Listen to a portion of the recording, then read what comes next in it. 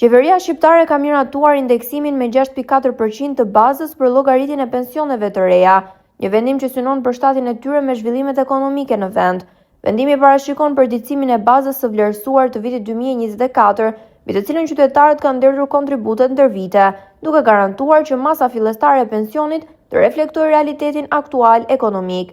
Ky indeksim do të aplikohet për të gjitha pensionet që do të lindin si e drejtë, duke nisur nga 1 janari 2026, duke u bërë kështu një referencë drejt për përfituesit e rinj.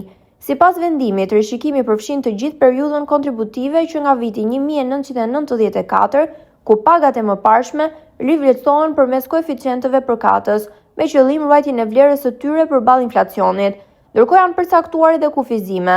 Për periudhën 1994-2001, baza e vlerësuar nuk mund të kalojë trefishin e pagës minimale në shkallë vendi, ndërsa për vitet 2002 dhe në vijim, kufiri lidhet me pagën maksimale të miratuar në nivel kombëtar.